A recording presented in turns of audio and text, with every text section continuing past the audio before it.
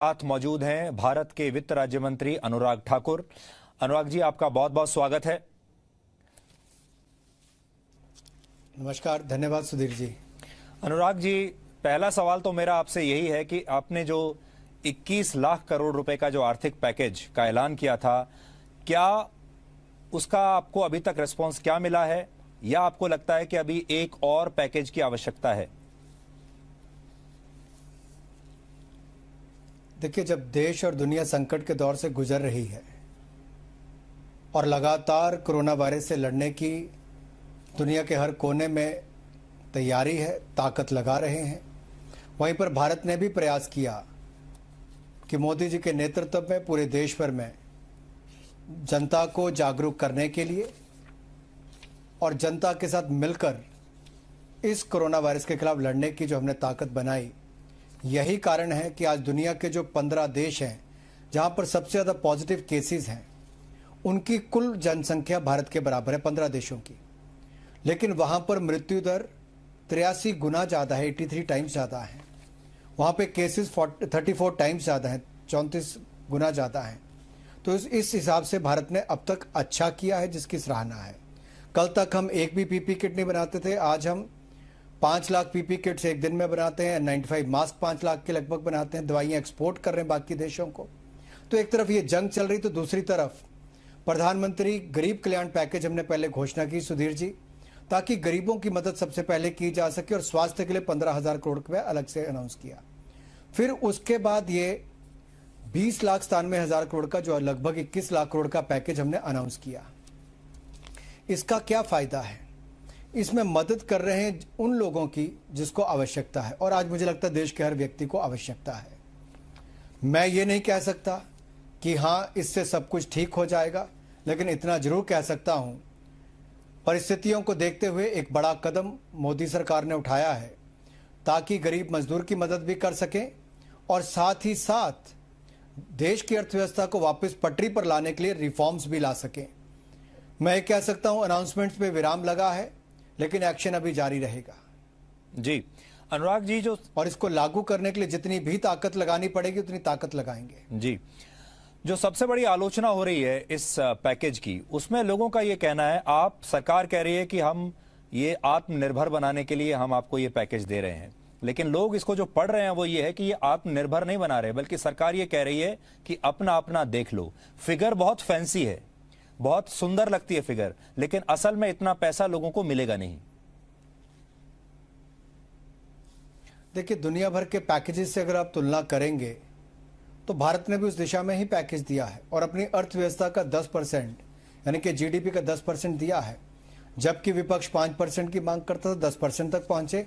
लेकिन जैसा मैंने पहले कहा, आज ये नहीं कह सकते कि कल स्थिति कैसी होगी कोविड-19 को लेकर और कौन कौन से कदम उठाने होंगे।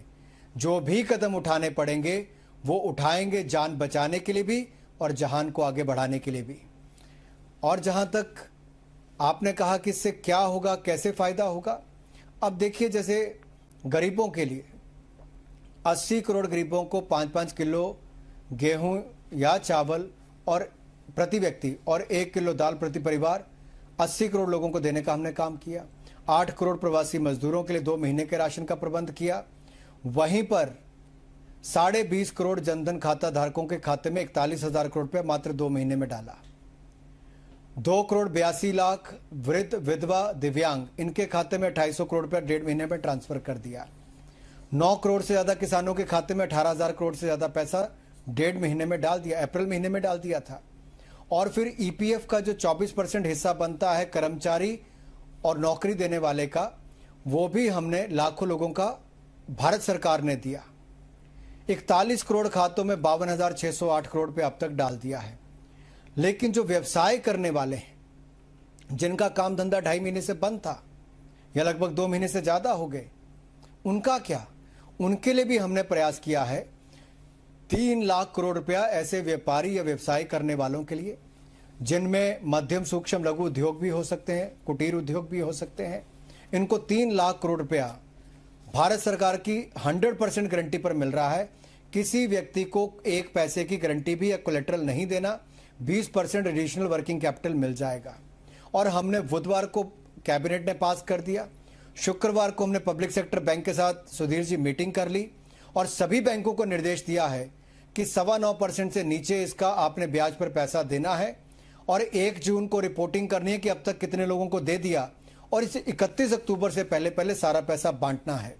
इसके अलावा जो दूसरी योजना है उसमें हमने जिनके खाते एनपीए हो गए उनकी भी इक्विटी डालने के लिए 75 लाख रुपए एक व्यक्ति या एक संस्था को उसकी मदद करने का प्रयास कर रहे हैं।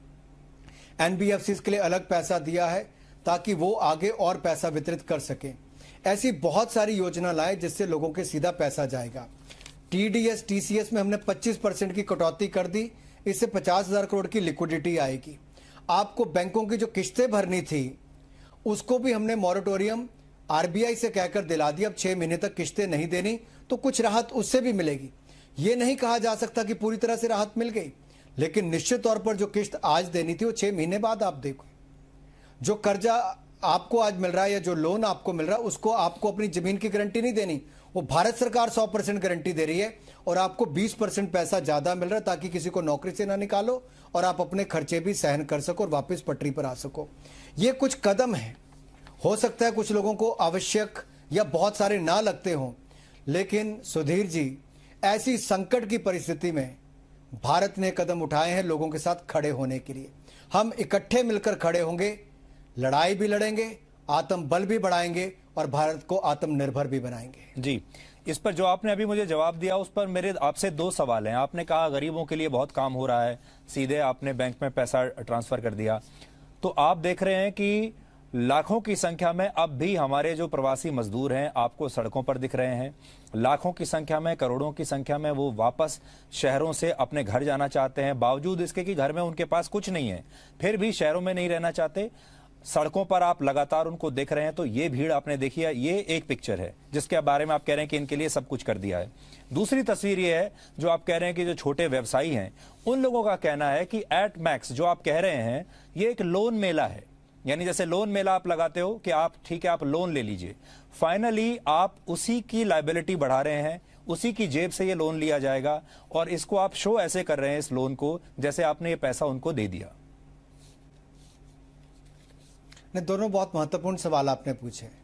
पहली बात तो मैं कहना चाहता हूं कि होस्ट स्टेट और होम स्टेट, एक जन्मभूमि एक कर्म भूमि, इन दोनों की बहुत बड़ी जिम्मेदारी है जब कोई व्यक्ति अपने राज्य से निकलकर दूसरे राज्य में काम करने चाहता है। संकट की घड़ी में अगर उसको वापस अपने राज्य में आना है तो अनुमति उसके अपने राज्य की चाहिए वापस आने के लिए। हमने ट्रेन उपलब्ध करवा दी, 85% पैसा केंद्र सरकार वहन कर रही है। खाने का और पानी की सुविधा मुफ्त में ट्रेन में हमने करके दी है। अब कानून व्यवस्था दोनों राज्यों को बनानी है, ये केंद्र इसमें ज़्यादा नहीं कर सकता, लेकिन जहां पर जिस राज्य में काम करने आया है, जिसके निर्माण में आया है, जिसको आगे बढ़ाने के लिए आया है, उसको विश्वास पैदा करना होगा कि हम सब सुख सुविधाएं देंगे। क्योंकि भारत सरकार ने 11,000 करोड़ रुपया आपदा राहत के लिए पहले दिन दे दिया। पहले होता था कि आपदा राहत कई महीनों के बाद मिलती थी, हमने पहले दिया है। हमने स्वास्थ्य सुविधा बनाने के लिए अलग से 15,000 करोड़ का प्रावधान किया। राज्यों को वेज एंड मीन्स एडवांसेस 60% की वृद्धि कर दी। एफआरबीएम एक्ट में 3% पैसा ले सकते थे, हमने 5% कर दिया। 4.25 लाख करोड़ रुपए की लिक्विडिटी राज्यों को और मिलेगी। हमने राज्यों की ओर से डेवल्यूशन ऑफ टैक्सेस, यानी कि केंद्र के जो कर इकट्ठे होते हैं, अभी हमारा कर उतना इकट्ठा नहीं भी हुआ, फिर भी हमने राज्यों को 2 महीनों में 92,077 करोड़ रुपया दिया। इसके अलावा रेवेन्यू डेफिसिट ग्रांट 19,000 करोड़ रुपए दी। इसके अलावा जीएसटी कंपनसेशन सेस दिया, सेंट्रल स्पॉन्सर्ड स्कीम का पैसा एडवांस में दिया ताकि राज्यों के पास पैसों की कोई कमी ना आए। लेकिन अभी तक राज्यों ने मात्र 14% पैसा ही खर्च किया था। दूसरी बात, इन श्रमिकों के साथ बैठना पड़ेगा, विश्वास पैदा करना पड़ेगा, क्योंकि अगर हमने राशन दे दिया है 80 करोड़ गरीबों के लिए भी और 8 करोड़ प्रवासी मजदूरों के लिए भी, तो विश्वास राज्य क्यों नहीं पैदा कर पा रहे हैं? इस पर चिंता का विषय, जितने आप चिंतित हैं उतना मैं भी चिंतित हूं, लेकिन ये जिम्मेदारी, ये भूमिका जन्मभूमि और कर्म भूमि, होस्ट स्टेट और होम स्टेट वालों की उनको निभानी पड़ेगी। जो दूसरी बात आपने कही लोन मेले की, देखिए आज अगर व्यापारी के पास पैसा नहीं है, अगर उसको हम पैसा दे रहे हैं तो क्या हमें मदद नहीं करनी चाहिए? आज अगर उसको अपनी किस्त आज जमा कराने के बजाय 6 महीने बाद जमा करानी पड़े, उसकी लिक्विडिटी बढ़े तो क्या इससे उसको लाभ नहीं होगा? लेकिन वो ये आज पूछ रहे हैं कि अब TDS का इसकी पैसा किस्त उसको कहां से जमा आएगी? कराना पड़े, जो आप अगर वो पैसा ना दे हो। रहे हैं इसकी किस्त भी उसी को देनी है, आज नहीं तो 6 महीने के बाद, 1 साल के बाद। अब लोग ये पूछ रहे हैं कि इसकी किस्त कहां से आएगी? आप लगातार मेरी बैलेंस शीट में लायबिलिटीज मेरी बढ़ाते जा रहे हैं, मेरा बोझ बढ़ाते जा रहे हैं। Finally it's a loan. देखिए, इसमें दो बातें हैं। पहली बात तो दुनिया भर में ऐसा ही होता है, और दूसरी बात, अगर हमने किया है तो हमने उसकी गारंटी नहीं की व्यापारी की, ये भारत सरकार ने गारंटी दी है। हमने किसी की एक्स्ट्रा कोलेट्रल या किसी की गारंटी नहीं ली। हमने ये कहा कि आपको 20% एक्स्ट्रा वर्किंग कैपिटल मिले ताकि आप अपने खर्चे उठा सकें, अपने लोगों को तनख्वाह दे सकें और वापस अपना कामकाज शुरू कर सकें।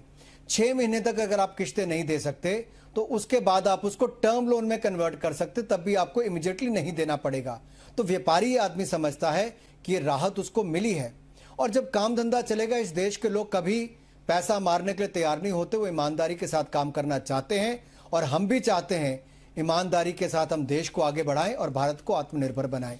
इसीलिए किसानों के लिए भी हमने देखिए, जो एसेंशियल कमोडिटीज एक्ट हो, मंडी APMC एक्ट हो, ये जंजीरों में बंधे हुए थे किसान, हमने इससे मुक्ति दिलाई है।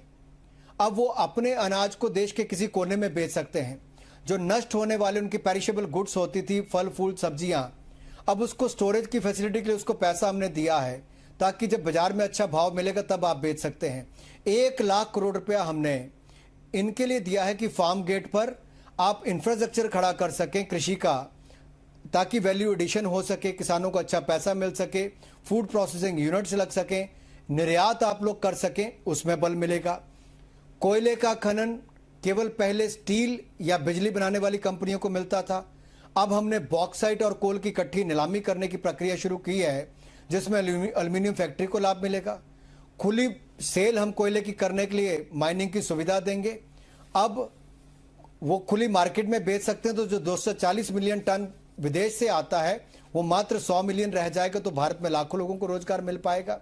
इसी तरह से हम जो हथियार इंपोर्ट करते हैं उसकी लिस्ट ऑफ वेपन्स हम बनाने जा रहे हैं और आयात कम करने वाले हैं, और विदेशी पूंजी निवेश भी 49% से 74% कर दिया है, ताकि निवेश भी हो, हिंदुस्तान में रोजगार भी मिले और आयात कम हो और निर्यात ज्यादा हो सके। अंतरिक्ष के क्षेत्र में पहले सुविधा नहीं मिलती थी प्राइवेट सेक्टर को, हमने उसके लिए खोला है। हमारी स्टार्टअप्स अच्छी करेंगी, हमारी कंपनियां अच्छी करेंगी। अगर किसी को सैटेलाइट लॉन्च करनी है और नॉर्थ ईस्ट के राज्यों में ब्रॉडबैंड की सुविधा सैटेलाइट से देनी है तो दे सकता है। अगर वहां पर और कुछ मैपिंग करनी है, आप लोग विदेशी कंपनी के मैप्स को लेकर पूरे देश भर में कार चलाते हैं, हिंदुस्तान के लोग क्यों नहीं कर पाते? क्योंकि आप सुविधा नहीं देते थे, अब वो सुविधा मिल जाएगी, हमारी कंपनियां खड़ी होनी शुरू होंगी। ऐसे बहुत सारे कदम हैं जो हिंदुस्तान के युवाओं ने भारत को दुनिया के पहले 5 स्टार्टअप्स नेशन में लाकर खड़ा किया। अब ये नए क्षेत्र खुलेंगे तो और आगे बढ़ने का अवसर मिलेगा। प्राइवेट सेक्टर एंटरप्राइजेज यानी कि सार्वजनिक उपक्रम को जब हम निजीकरण का करने जा रहे हैं, स्ट्रेटेजिक सेक्टर को छोड़कर, जो स्ट्रेटेजिक पब्लिक सेक्टर एंटरप्राइज होगा उसमें एक कंपनी कम से कम सरकारी रहेगी, ज्यादा से ज्यादा 4 रहेगी, बाकी का निजीकरण कर दिया जाएगा। जो स्ट्रेटेजिक सेक्टर से बाहर है उनका निजीकरण कर दिया जाएगा, तो ज्यादा रोजगार होगा, उसका एक्सपेंशन भी होगा, लोग निवेश भी करेंगे। अब आप पूछेंगे निजीकरण किन का किसका नहीं किया जाएगा, तो जो राष्ट्रहित, राष्ट्रीय सुरक्षा और जनहित को देखकर यह तय किया जाएगा कि स्ट्रेटेजिक सेक्टर क्या है। तो आप देखिए कितना बड़ा सेक्टर खुलने वाला है, नए नए नए अवसर मिलेंगे, रोजगार के, स्वरोजगार के, कारोबार के, आविष्कार के, ये नए आयाम स्थापित होंगे। जी, ये रिफॉर्म्स जो हम लाए हैं, ये 2020 को 2020 को ईयर ऑफ रिफॉर्म्स के रूप में याद रखा जाएगा। अनुराग जी, जो आप रिफॉर्म्स जो लाए हैं, फिर इसका क्या कारण है कि ना तो स्टॉक मार्केट ने इसका स्वागत किया, ना ही देश में एक पॉजिटिव सेंटिमेंट आ रहा है व्यवसाय से जुड़े लोगों के बीच में, इन्वेस्टर्स के बीच में, और ना ही जो रेटिंग एजेंसीज हैं उन्हें कोई भारत की अर्थव्यवस्था को लेकर इसके बाद कोई नया कॉन्फिडेंस आया है? सुधीर जी, 2-3 बातें हैं। अगर आप जितने भी कृषि वैज्ञानिक की बात सुनेंगे या पूर्व इसरो के चेयरमैन की बात करेंगे, इंडस्ट्री की बात सुनेंगे, सबने बहुत तारीफ की है कि ऐसी रिफॉर्म्स जो 30-30 साल से पेंडिंग थी वो पिछले 2 महीने में मोदी सरकार ने की। इससे नए अवसर खड़े होंगे। लेकिन आज कोविड-19 यानी कि कोरोना वायरस से लड़ने की स्थिति में आप इसका बहुत असर नहीं देख पाएंगे, लेकिन लोग समझ रहे हैं कि हम जहां कोरोना वायरस के खिलाफ जंग जीतेंगे वहीं दुनिया की पहली 3 अर्थव्यवस्थाओं में खड़े होने के लिए भारत ने अपनी एक रास्ता चुन लिया है आत्मनिर्भर भारत बनाने के लिए। तो ये अपने आप में लोग देख रहे हैं क्या होने वाला है। कॉर्पोरेट टैक्स हमने 15% कर दिया, जो दुनिया में सबसे आकर्षित करने वाला है। इससे और पूंजी निवेश होगा, भारत का भी और विदेशी कंपनियां भी करेंगी। जहां तक फाइनेंशियल मार्केट्स की बात है, शेयर मार्केट की बात है, इसके बहुत सारे कारण होते हैं। आज दुनिया भर के देशों में देखिए, लोग मार्केट में से कईयों ने पैसा निकाला तो बहुत सारा पैसा वापस भी आया। 9,000 करोड़ से ज्यादा का निवेश पिछले कुछ दिनों में हुआ है। तो ये अपने आप में कई बार क्या है, आप निर्णय करते हो, 4 दिन की छुट्टियां आई, आपने पिछले संडे को घोषणाएं खत्म की थी, वेडनेसडे को हमने कैबिनेट में पास किया, फ्राइडे को हमने बैंकों को बुलाकर निर्णय करवा दिया कि पैसा देना शुरू कर दो, 9.25% से कम ब्याज रखना है और 1 जून से हमें रिपोर्टिंग करनी शुरू करो कि किस ब्रांच ने कितने लोगों को लोन दिया। अब इसका असर आप आने वाले दिनों में देखोगे। हम जागरूकता अभियान लोगों में और चलाएंगे कि किस तरह से आप हर योजना का लाभ उठा सकते हो। जी अनुराग जी, देखिए जैसे दूध उत्पादन करने वाला है, जी उसको हमने 2% की इंटरेस्ट सबवेंशन दे दी। वो समय पर पैसा देगा तो 2% और उसको सब छूट मिल जाएगी, तो 4% ब्याज पर छूट मिलेगी, तो अपने आप बहुत लाभ मिलने वाला है। अनुराग जी, अब थोड़ा सा ट्रैक बदलते हैं। पूरे दुनिया में लोग कह रहे हैं कि आर्थिक मंदी आएगी और ये तय है। इससे पहले सारे जो रेटिंग एजेंसीज थी, एक्सपर्ट्स थे, वो कह रहे थे कि भारत में इतनी मंदी नहीं आएगी, लेकिन भारत का जो ग्रोथ रेट है जीडीपी, वो तो भी पॉजिटिव में रहेगा। लेकिन अब तो आरबीआई भी ये कह रहा है कि हमारा ग्रोथ रेट नेगेटिव में जा सकता है, यानी जबरदस्त आर्थिक मंदी, करोड़ों नौकरियां जा सकती हैं, बहुत सारे व्यवसाय बंद हो सकते हैं, बहुत सारे बिजनेस मॉडल इसके बाद हमेशा के लिए खत्म हो सकते हैं। ऐसे में आप देश के जो लोग हैं, जो इस समय डरे हुए हैं इस आर्थिक मंदी से, आप देश का क्या भविष्य देखते हैं नियर टर्म, शॉर्ट टर्म में और लॉन्ग टर्म में? देखिए, 2 बातें। 24 मार्च से पहले किसी को पता नहीं था किसी कंपनी को दोबारा लोन लेना पड़ेगा नहीं लेना पड़ेगा। बहुत सारे एक्सपेंशन के मोड में थे। कई अखबारें जो छपती थी 16 पन्ने की, वो कई और सिटीज में एडिशन लाने वाली थी, आज 8 पन्ने की अखबार रह गई। कई लोग तो केवल ऑनलाइन होकर रह गए। चैनल्स पर जितनी एडवर्टाइजमेंट आती थी वो भी कम हो गई होगी। ये परिस्थितियां पिछले 2 महीने में बहुत बदली हैं, लेकिन पिछले 2 महीनों में बहुत सारे निर्णय ऐसे भी हुए जिसके कारण अब वापस पटरी पर काम आना शुरू हुआ है।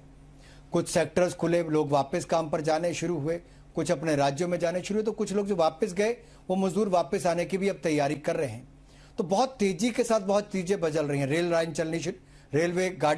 चलनी शुरू हो जाएगी, हवाई जहाज की उड़ानें शुरू हो जाएंगी। तो ये समय के साथ साथ निर्णय ले रहे हैं। और एकदम से आप देखिए 137 करोड़ के भारत में आप आज नहीं कह सकते कि कल क्या होने वाला, क्योंकि दुनिया का कोई देश आज कोई प्रेडिक्शन नहीं कर पा रहा। बड़ी बड़ी एजेंसियों ने आज से 2 महीने पहले कुछ प्रेडिक्शन की थी, 2 महीने के अंदर 10 बार अपनी प्रेडिक्शंस को बदला है। तो मुझे लगता है संयम रखना होगा, सही कदम उठाने होंगे और साथ में चलकर आत्मबल बढ़ाकर, आत्मविश्वास बढ़ाकर भारत को आगे ले जाने का काम करना होगा। एक दूसरे का सहयोग करके, पॉजिटिव सोच के साथ पॉजिटिव वातावरण खड़ा करना होगा और ये पॉजिटिव सेंटीमेंट ही देश को आगे लेकर जाएगा, हमारे पॉजिटिव निर्णयों के साथ साथ। 2 फीडबैक मेरे पास लगातार आ रहे हैं जब मैं आपसे बात कर रहा हूं। आप तो खुद हिमाचल से आते हैं, जो कि जहां पर टूरिज्म सेक्टर बहुत महत्वपूर्ण रोल निभाता है। टूरिज्म सेक्टर, हॉस्पिटैलिटी सेक्टर और मिडिल क्लास, इनके लिए आपने क्या किया है, सब लोग पूछ रहे हैं।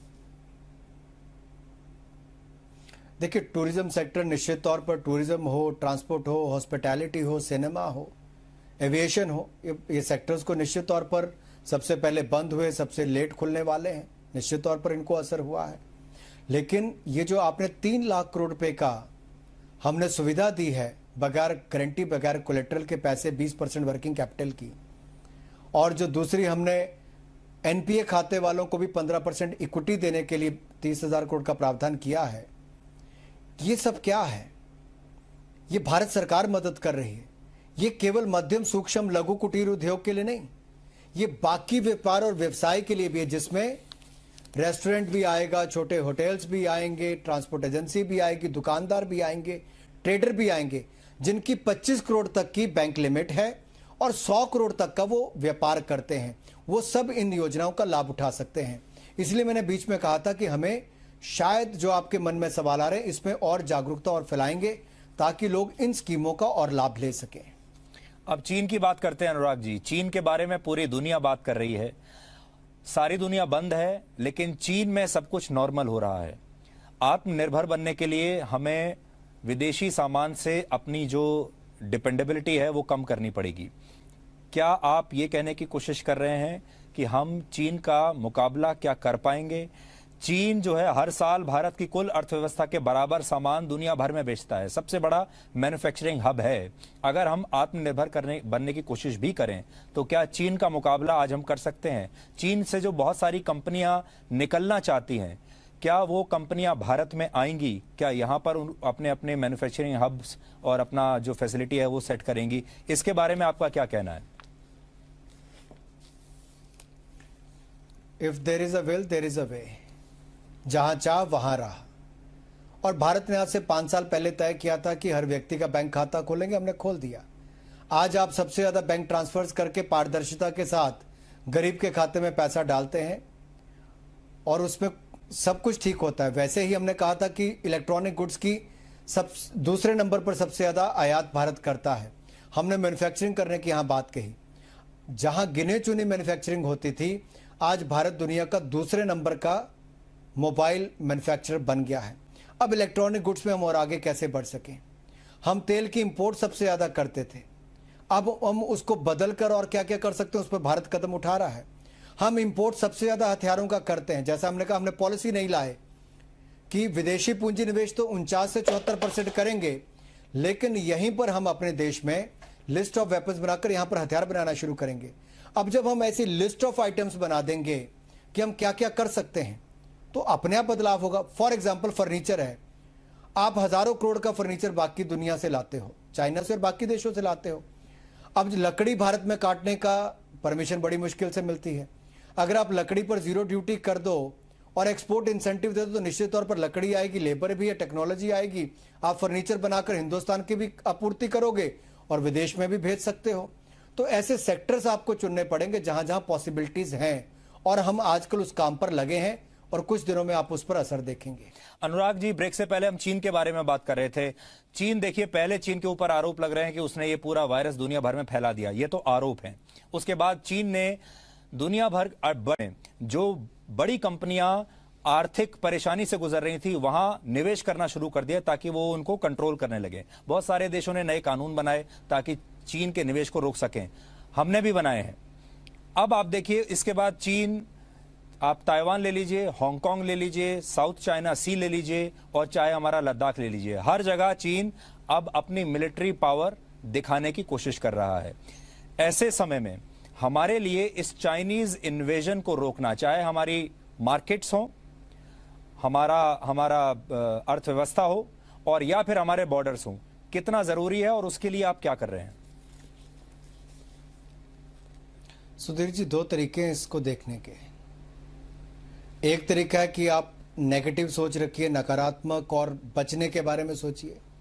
दूसरा तरीका है कि पॉजिटिव सोच के साथ अपनी क्षमता को बढ़ाते जाइए, चाहे वो आपकी सैन्य क्षमता है, सुरक्षा की दृष्टि से है, या आपको अपना व्यापार करने की दृष्टि से अपनी अर्थव्यवस्था को आगे बढ़ाना है। भारत की एक्सेप्टेबिलिटी बाकी मार्केट्स में बढ़े, भारत के प्रोडक्ट्स की वहाँ पर साख बढ़े, भारत में निवेश करने के लिए वातावरण अच्छा बने, आपकी पॉलिसीज इतनी आकर्षण करने वाली हो कि लोग यहाँ पर आकर निवेश कर सकें। मुझे लगता है भारत को इस दिशा में जाने की जरूरत है कि पॉजिटिव सोचें, नेगेटिव अपने आप खत्म होता जाएगा। भारत इतना ताकतवर है कि आज दुनिया उसको आंखें नहीं दिखा सकती जब तक नरेंद्र मोदी जी हैं, जो दुनिया के बड़े से बड़े देश की आंखों में आंखें डालकर पूरी ताकत के साथ भारत की बात करते हैं। और अटल जी के समय भी आपने देखा होगा, हमने पोखरण विस्फोट किया, जो परमाणु विस्फोट किए थे, उससे दुनिया को भी हिलाया था, लेकिन डराने के लिए नहीं, अपनी ताकत दिखाने के लिए। दुनिया की दृष्टि भारत के बारे में बदली थी। भारत डर कर रहता तो कभी ना बदलती, भारत ने अपनी ताकत दिखाई तो दुनिया की सोच बदली। आज हमें अपने आप को इकोनॉमिक पावर के रूप में और खड़ा करना है, दुनिया की सोच अपने आप बदलेगी। और मुझे लगता है मोदी जी के नेतृत्व में हमें करने में सक्षम है। जब पूरी भारत के लोग टीम इंडिया बनकर 137 करोड़ भारतीय एक तरफ लगेंगे, हम आज 5 लाख पीपी किट्स एक दिन में बनाते हैं, 5 लाख N95 मास्क बनाते हैं, 1 महीना पहले एक भी नहीं बनाते थे। ये भारतीयों ने करके दिखाया है। 130 देशों को हमने दवाइयां दी हैं। आज अपने देश से बहुत कुछ ऐसा करने का प्रयास किया जो कल तक नहीं होता था। भारत सक्षम है, केवल दिशा दिखाने की जरूरत है। और अब मुझे लगता है आत्मनिर्भर भारत का जो सपना जगाया गया है, ये हमें एक नई सोच, एक नई दिशा दे रहा है। हमें अपने को मन से तैयार करना है। कोरोना वायरस को भी हराएंगे और आत्मनिर्भर भारत भी बनाएंगे। अनुराग जी, आपका ये जो इंटरव्यू है ये लगभग 180 देशों में देखा जा रहा है, क्योंकि जी 180 देशों में आता है दुनिया भर में। बहुत सारे बड़ी कंपनियों के सीईओज दिख रहे होंगे, बहुत सारे दूसरे लोग भी दिख रहे होंगे, जो आपसे ये जानना चाहेंगे कि जो कंपनियां इस समय चीन में हैं, जो विदेशी कंपनियां अभी चीन से ऑपरेट कर रही हैं, वो अगर चीन से पुल आउट करती हैं तो क्या ऐसी कंपनियों को भारत में लाने के लिए आपके पास कोई आकर्षक योजना है जिसे वो इनकार ना कर सकें और चीन छोड़कर आपके देश में आकर निवेश करें? इसमें 2 बातें हैं। पहला तो मैं कहूंगा केवल चीन क्यों, दुनिया का कोई भी देश क्यों ना हो, वहां से अगर किसी कंपनी को जाना है, अगर नहीं भी जाना तब भी हमारी पॉलिसीज इतनी अट्रैक्टिव होनी चाहिए कि वो यहां पर आकर भारत में निवेश करें। हमारे यहाँ की व्यवस्थाएं इतनी सरल होनी चाहिए कि ईज ऑफ डूइंग बिजनेस में हम लोग आगे जा सकें। राज्य और केंद्र की सरकारों का समन्वय इतना अच्छा होना चाहिए कि जो निवेश करने आया है उसको आसानी से प्लांट लगाने में आसानी हो सके, जल्द लगा सके। हमने ग्रुप ऑफ सेक्रेटरीज का एक कमेटी गठित करने वाले हैं जिससे उनको फैसिलिटेट करेंगे निवेश करने के लिए। हर डिपार्टमेंट में प्रोडक्ट डेवलपमेंट सेल बनाएंगे ताकि कौन कौन से प्रोडक्ट को आगे बढ़ाया जा सकता है। राज्यों से समन्वय बिठाने के लिए वहां पर भी हम बात करेंगे। और कॉर्पोरेट टैक्स रेट हमने 15% कर दिया जो दुनिया में सबसे कम है। अब जो बाकी राज्यों ने अपने लेबर लॉस में तब्दीली की है, कोई बाकी और निर्णय कर रहा है अपने बिजली को लेकर, बाकी सबको इससे बहुत बल मिलने वाला है। मुझे लगता है एक नया कंपटीशन राज्यों के बीच में खड़ा होगा। ये जो प्रतिस्पर्धा पॉजिटिव शुरू होगी, ये कॉम्पिटिटिव फेडरलिज्म और कोऑपरेटिव फेडरलिज्म जो इकट्ठा चलेगा, यही नए भारत की तस्वीर लिखेगा, न्यू इंडिया की तस्वीर यही लिखेगा। जी।